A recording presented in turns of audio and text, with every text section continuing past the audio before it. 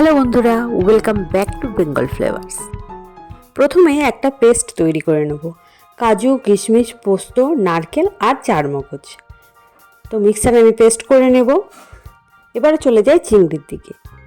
দেখুন এখানে আমি চিংড়ি মাছগুলো নিয়ে নিয়েছি, তার মধ্যে নুন দিয়ে দেবো আর দিয়ে দেবো হলুদ, নর্মালি যেটা দেওয়া হয় সেটাই। হাত দিয়ে ভালোভাবে চিংড়ি মাছের সাথে মাখিয়ে নেব, যাতে সমস্ত চিংড়ি মাছের গায়ে নুন আর হলুদ খুব ভালোভাবে মিশে যায়।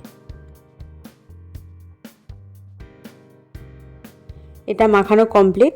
এবার আমি গ্যাসে কড়াই বসিয়ে দেব। তো এখানে কড়া গরম হয়ে গেছে, এর মধ্যে দিয়ে দেবো বড় চামচের 2 চামচ সর্ষের তেল। যেহেতু অনেকগুলো চিংড়ি তাই একটু বেশি তেলই লাগবে, চিংড়িগুলো ভাজতে যতটা পরিমাণ তেল লাগবে।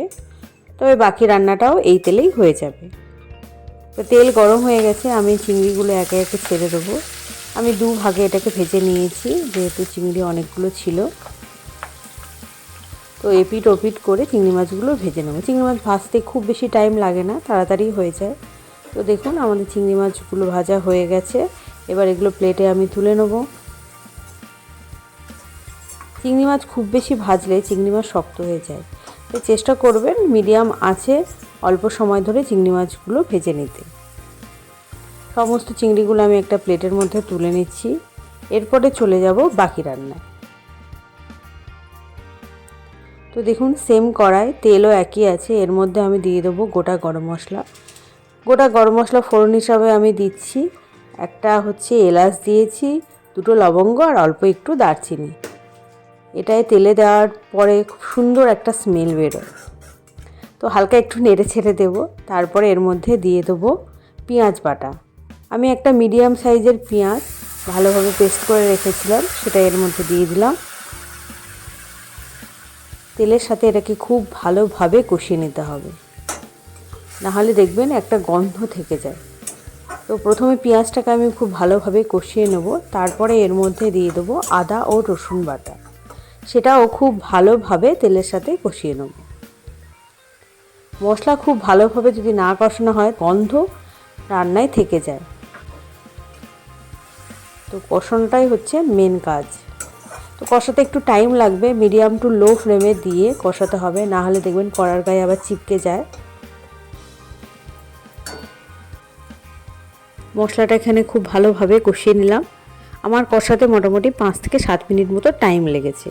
এর মধ্যে এবার বাকি মশলাগুলো দিয়ে দেবো। প্রথমে দিয়ে দেবো হলুদ, তারপরে দিয়ে দেবো অল্প একটু লঙ্কা গুঁড়ো, কারণ এই রান্নাটা ঝাল খুব বেশি হবে না, একটু মিষ্টি হবে।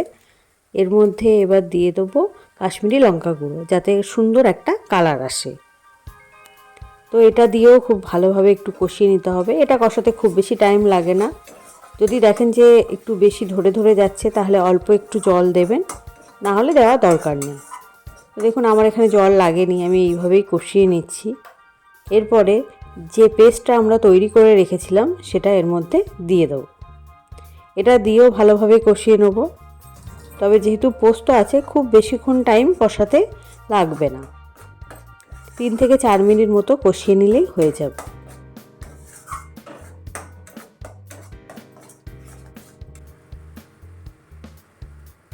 মশলা থেকে তেল ছাড়তে শুরু করে দিয়েছে, তো আরেকটু ভালোভাবে নাড়িয়ে নেব যাতে নিচে না আটকে যায়।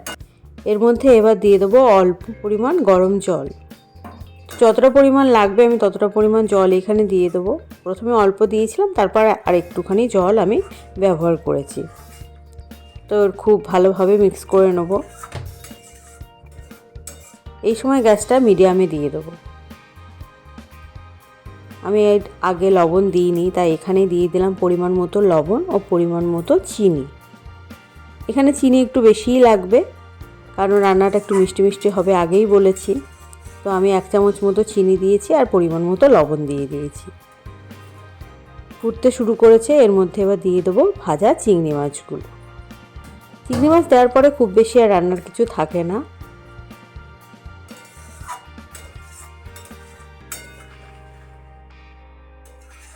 হালকা একটু নাড়াচাড়া করে নেব, তারপরে ঢাকা দিয়ে দেবো 5 মিনিটের জন্য।